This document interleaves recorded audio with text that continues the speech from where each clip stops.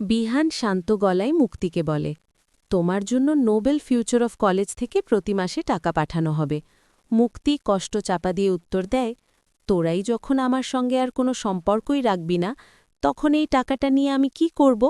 এই কথা বলে মুক্তি চলে যেতে উদ্যত হলে রিজা তাকে আটকে দেয়। রিজা দৃঢ় কণ্ঠে বলে, তুই আমার ছোটবেলার বন্ধু, তোকে আমি এই বাড়িতে এনেছিলাম এই ভেবে যে আমার যা কিছু সবই তোর। কিন্তু তুই আমার সংসারের ভালোবাসায় ভাগ বসাতে চেয়েছিস।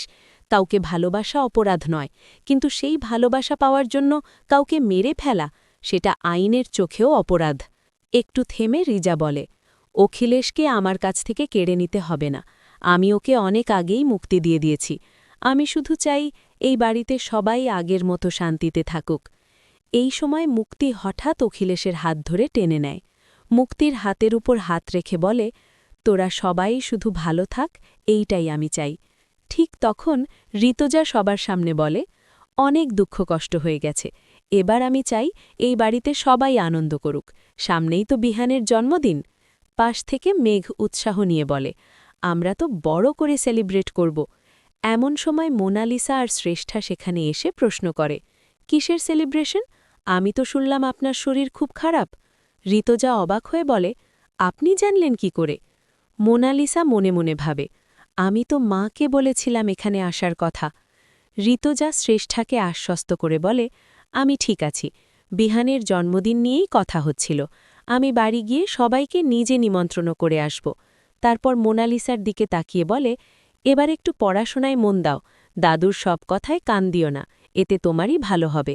মোনালিসা বিহানের কাছে গেলে বিহান বিরক্ত হয়ে তাকে কিছু কথা শুনিয়ে সেখান থেকে চলে যায়।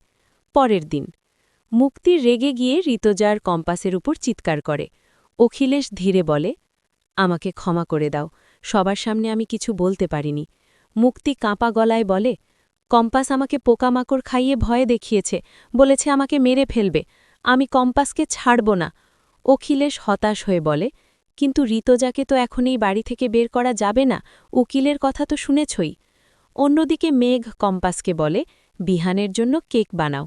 ঠিক তখনই বিহান এসে কথাটা শুনে ফেলে। বিহান ঠাট্টার সুরে বলে, ব্যাস, শুধু কেক বানাবে? বউরা তো স্বামীদের জন্য কত কিছু করে, উপোস থাকে, মন্দিরে যায়, সিঁড়ি ভাঙে, ঠাকুরের কাছে প্রার্থনা করে, কীর্তন করে। কম্পাস পাল্টা বলে, মানে সব কাজ বউরাই করবে, স্বামীরা কিছুই করবে না? বিহান হেসে বলে, এখন তো আমার জন্মদিনের কথাই হচ্ছে, এসব বাদ দাও। তারপর মেঘকে বলে, তুমি অনলাইনে কেক অর্ডার দিয়ে দিও, ও আবার কি থেকে কি বানিয়ে ফেলবে। কম্পাস চোখ রাঙিয়ে বলে, তাহলে আপনার জন্য আমাকে আর কি করতে হবে? সারাদিন উপোস থেকে মন্দিরে গিয়ে পুজো দেব, আর তারপর?